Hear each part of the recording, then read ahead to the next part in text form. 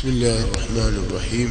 الحمد لله رب العالمين، والصلاة والسلام على أشرف الأنبياء والمرسلين نبينا محمد وعلى آله وصحابته أجمعين والتابعين لهم بإحسان إلى يوم الدين وسلم تسليما كثيرا. أما بعد، بإذن المولى الكريم leo tutaendelea na darasa yetu ya hadithi za Mtume Muhammad sallallahu alayhi wa alihi wasallam kupitia kitabu Matn al-40 an-Nawawiyya cha al-Imam Abu Zakaria Yahya ibn Sharafi an-Nawawi rahimahullahu ta'ala. Na leo tutakuwa tutaanzia kwenye hadithi ya 32. بسم الله الرحمن الرحيم. الحمد لله رب العالمين، وصلى الله وسلم على نبينا محمد وعلى آله وصحابته أجمعين بإحسان إلى يوم الدين وسلم تسليما كثيرا. أما بعد،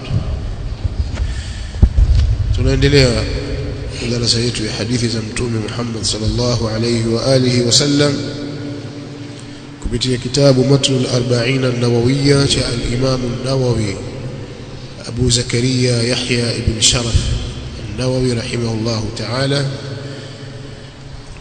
Leo tutaanza hadithi ya 32, la dharara wala dhirar. Tumeshatumia 22 au 23. Kwa darasa yetu itatima hata ikibidi kwa kuzifidia dakika hizi ambazo zimepotea. Barakallahu fikum. طيب اقرأ أيها القارئ. بسم الله الرحمن الرحيم.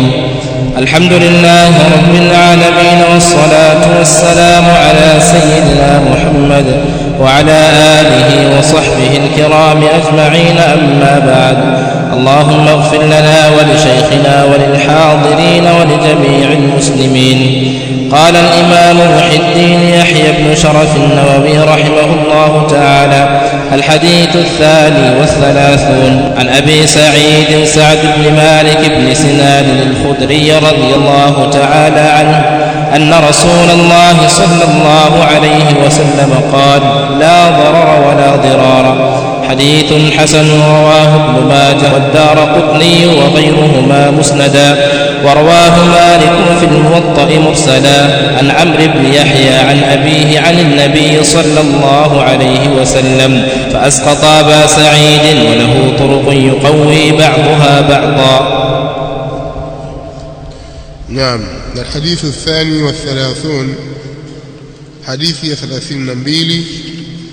وعن أبي سعيد الخدري رضي الله عنه، na imepokewa kutoka kwa Abu Sa'id al-Khudri radiyallahu anhu, Sa'd bin Malik bin Sinan al-Khudri radiyallahu anhu, anna an-nabiy sallallahu alayhi wa alihi wa sallama qala, kwamba mtume wa Allah sallallahu alayhi wa sallama amesema: la darara, hapana kudhuru.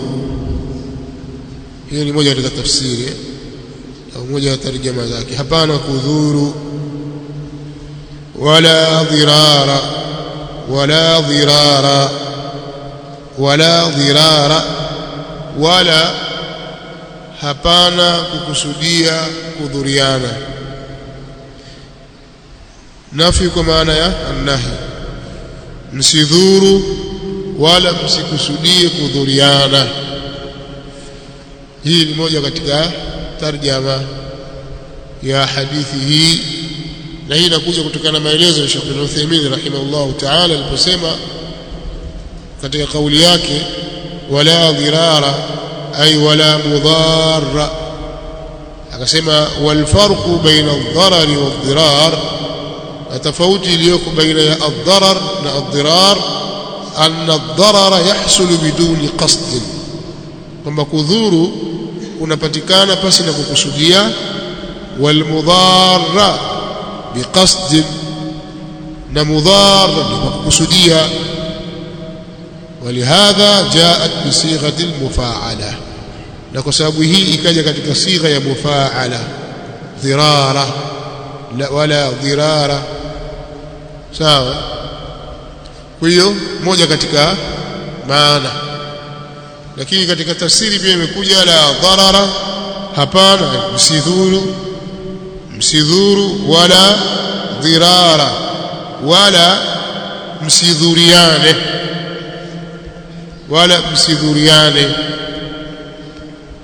msidhuru kama wala ukamtia mtu madhara wala msidhuriane na la hapa ni nafiyatul jins kama ikisema hapana madhara wala hapana kudhuriana hapana madhara wala hapana kukusudia kudhuriana ikitumika la nafiyatul jins na maana habari yake itakuwa imeondoshwa na hii iko kwa wingi katika lugha ya Kiarabu wa sha'a fi dhalbab isqat al-khabar idha al-murad ma'a suqutihi dhahar kama alivyosema katika alfiyya al-Imam Ibn Malik rahimahullah ta'ala kwa hiyo hapana madhara katika upande wa sheria katika ibada sheria haikuwekwa kwa ajili ya kumdhuru mtu kwa hiyo ad-dararu fi shar'i muntafi madhara katika sheria hayapo sheria yote imejengwa kuwa ni sheria yenye manufaa mfano mtu mgonjwa ataswali kwa kusimama akishindwa ataswali kukaa atajitoharisha kwa maji asipoweza atajitoharisha kwa mchanga kwa sababu sheria haitaki kumpa madhara mja lakini pia dharar inakuwa katika sheria na adhirar inakuwa kwa mukallaf au adharar inakuwa katika sheria na katika sheria katika pande zote mbili adharar wa adhirar yote katika sheria na kadhalika adharar wa adhirar kwa mukallaf yasidhuru wala asiwadhuru watu wengine haitakiwi kufanya hivyo kwa hiyo aldhararu muntafin fi kila alwajhain wanachuoni wamekhtalifiana kuhusiana na maana ya neno hili la dharara wala dhirar pana kutia madhara yani watu wasidhuru wala wasidhuriane ingawa wasema dharar ni ism na adhirar ni fi'l madhara hayapo hayatakiwi yawepo wala kudhuriana hakutakiwi kuwepo yani umeelewa nini kwa maneno ya mengi kwa tarjama tulizozitaja kama ni 2 au 3 zote zafaa kwa sababu zimejengeka juu ya misingi ya kauli za wanawachuoni lakini kitu cha msingi cha kushika ni kwamba wewe hutakiwi kujidhuru wala kuwadhuru watu wengine kwa kukusudia au bila kukusudia sheria haikujengwa katika madhara haikuja kumdhuru mtu haina madhara sheria ya dini ya Allah subhanahu wa ta'ala kwa haitafaa madhara katika mambo ya ibada mtu akifanya jambo la kujidhuru wala la kutaka kuwadhuru wengine ndio maana la dharara wala dhirar hapana kudhuru hapana madhara wala kudhuriana hii ni moja katika tafsiri la dharara hapana madhara wala dhirar wala hapana kukusudia kudhuru hii ni tafsiri nyingine lakini tukisema hapana tunakusudia maana ya usifanye msidhuru wala msidhuriana ndio maana yake kwa sababu la imekuja kwa maana ya ni nahi la nafia lakini kwa maana kwamba ni nahia la ni nafiyatu liljinsi kukanusha lakini maana yake ni kukataza usifanye umeelewa طيب الحديث الذي بعده قال المؤلف رحمه الله تعالى الحديث 33 عن ابن عباس رضي الله تعالى عنهما أن رسول الله صلى الله عليه وسلم قال لو يعطى الناس بدعواهم لادعى رجال أموال قوم ودماءهم لكن البينة على المدعي واليمين على من أنكر. حديث حسن رواه البيهقي وغيره هكذا وبعضه في الصحيحين. نعم. حديث حسن ليس كواز حديث حسن حديث لا ضرر رواه ابن ماجه والدارقطني وما يبكي ابن ماجه الدارقطني وغيرهما نوسيقها ان wengineo musnada hali ya kuwa ni yenye kuegemezwa kwa mtume sallallahu alayhi wasallam kwa sanadi yake sahaba mpaka kwa mtume sallallahu alayhi wasallam.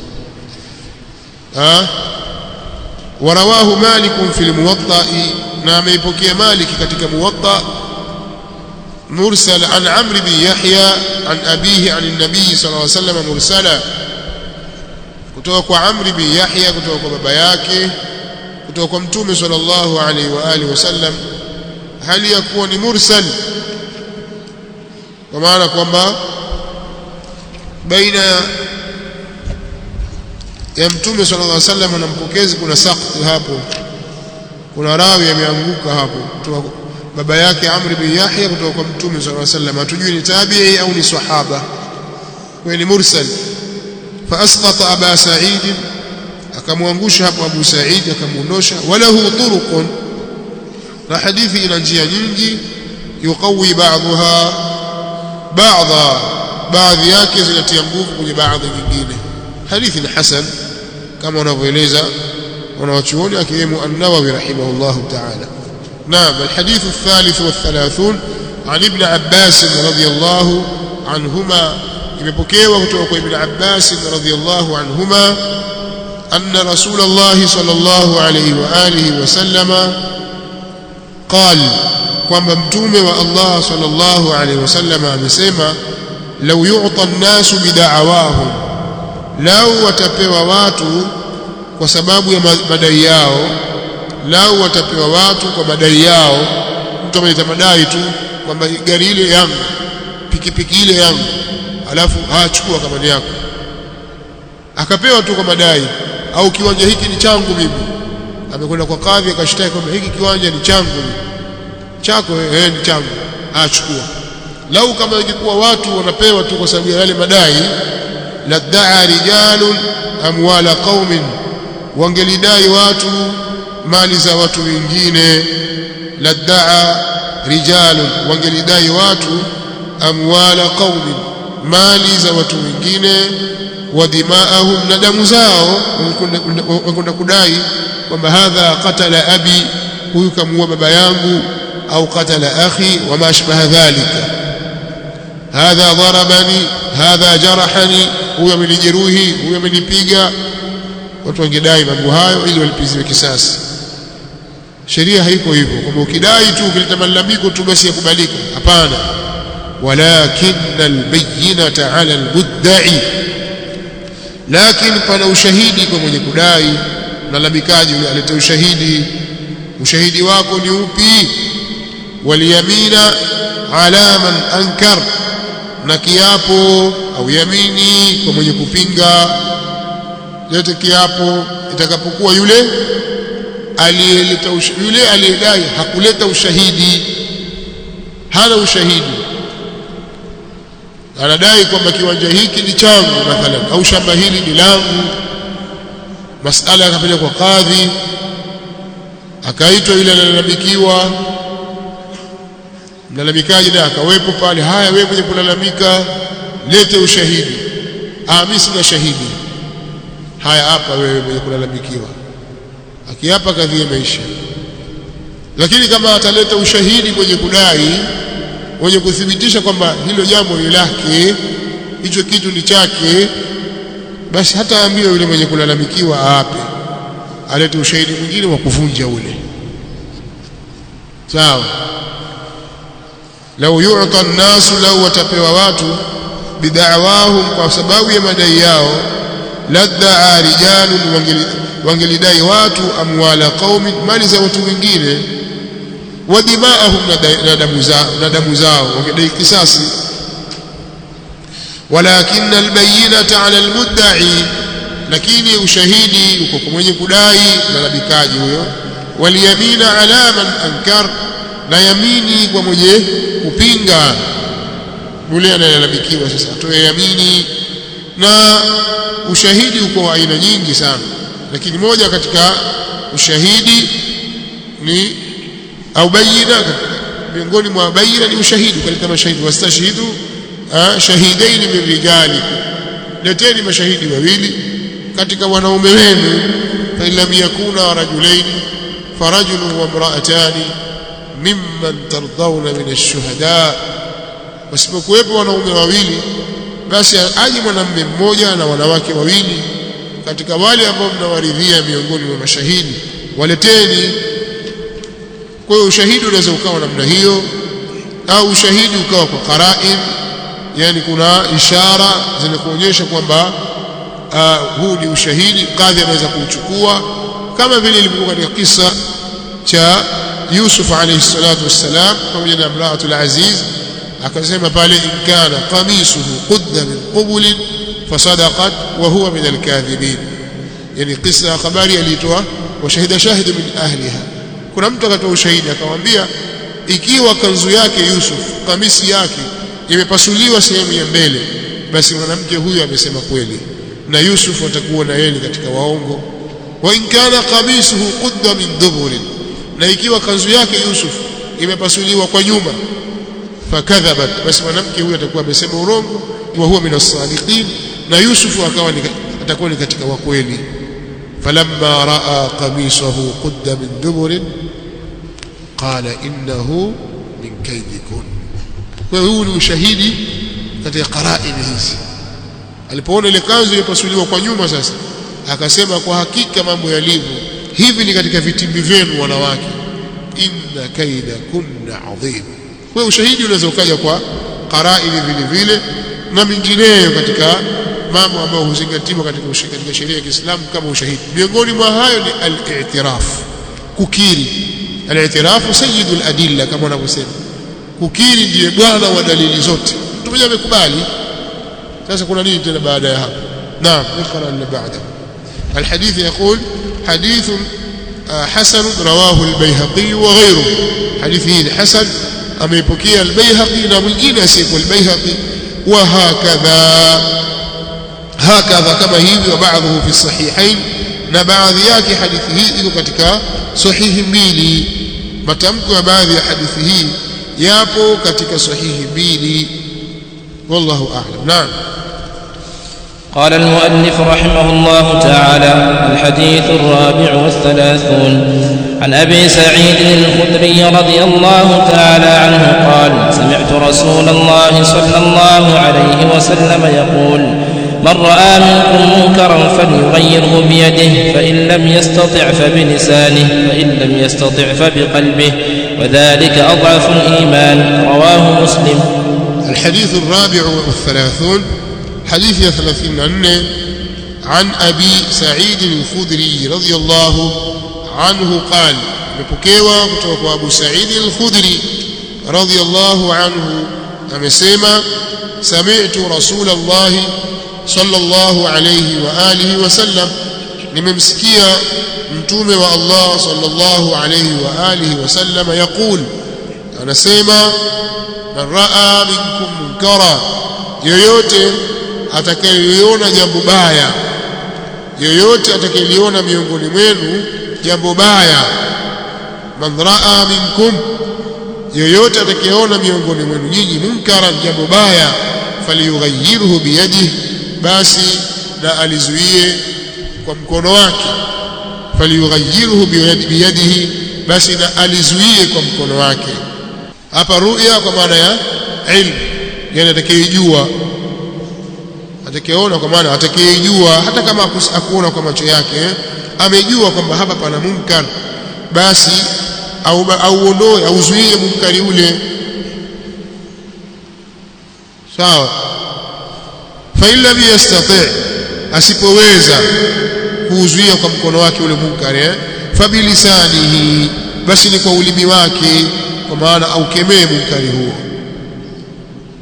Fa illa yastati', asipoweza yani asipoweza kwa ulimi wake, hawezi kusema kutokana na hali ilivyo, fabiqalbihi, basi ni kwa moyo wake, basi achukie kwa moyo wake, fabiqalbihi, basi achukie kwa moyo wake, chukia munkari huo. Wadhalika, na huko kuchukia kwa moyo au huko kuondosha munkari kwa moyo, adhafu al-iman, ni udhaifu zaidi katika iman, ni udhaifu katika iman, kwa maana ndo daraja ya mwisho kabisa hiyo. Mfahamu?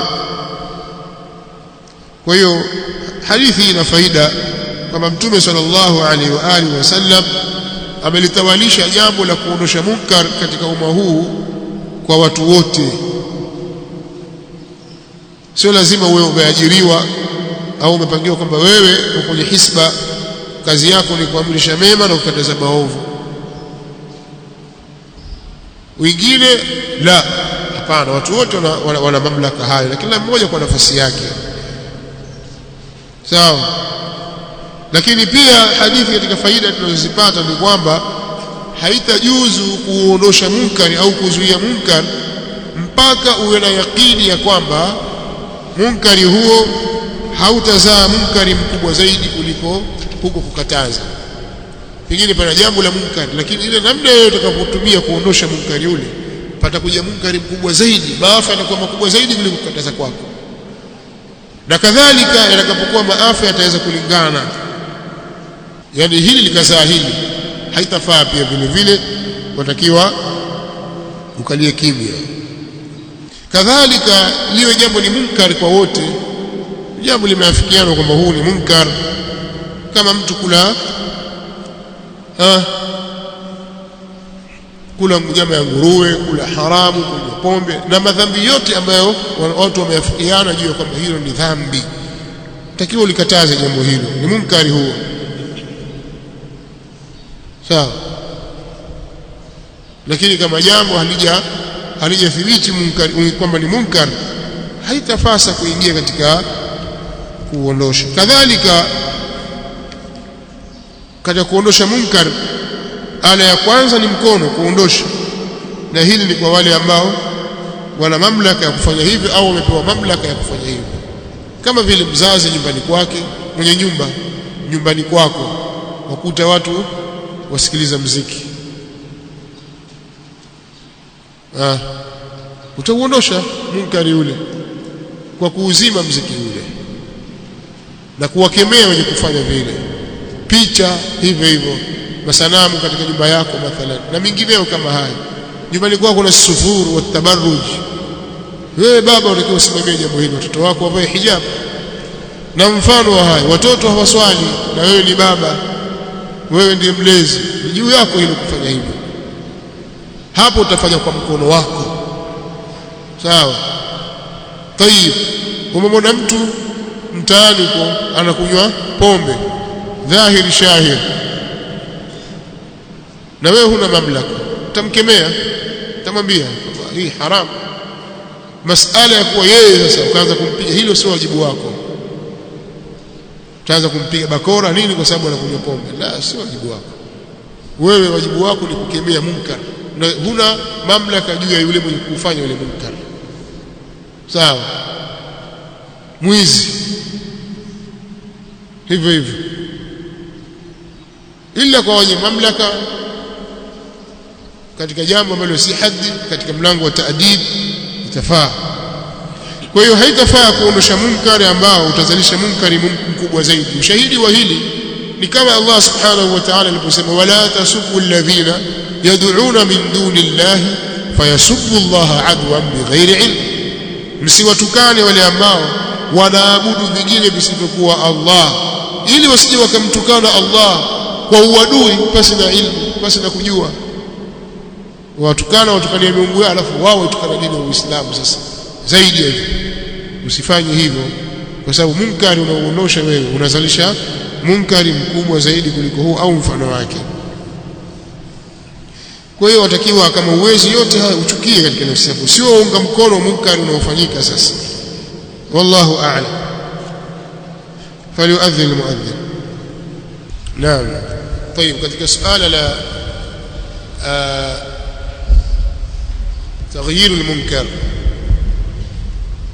mtu mwenye kuamrisha mema au kukataza maovu laysat an-natijatu biyadihi masala ya kwamba sasa watu wamuitikia au hakumuitikia hadha laysa biyadik hadha biyad man biyad Allah azza wa jalla wa anna Allah subhanahu wa ta'ala huwa alladhi yughayyiru al-umur yahdi man yasha wa yudhillu man yasha kwa haiko katika mikono yako jambo hilo ila watakapofanya watu jambo hilo wakakataza munkar wakaamrisha mema basi Allah subhanahu wa ta'ala anapotaka kuadhibu watu atawaokoa wale ambao yanhauna anis-su atawasalimisha wale kama anavyosema Allah falamma nasu ma dhukiru bihi anjayna alladhina yanhauna anis-su wakati walipoyapuuza yale ambayo wamewaidhiwa kwayo basi sisi tuliwaokoa wale ambao walikuwa wanakataza maovu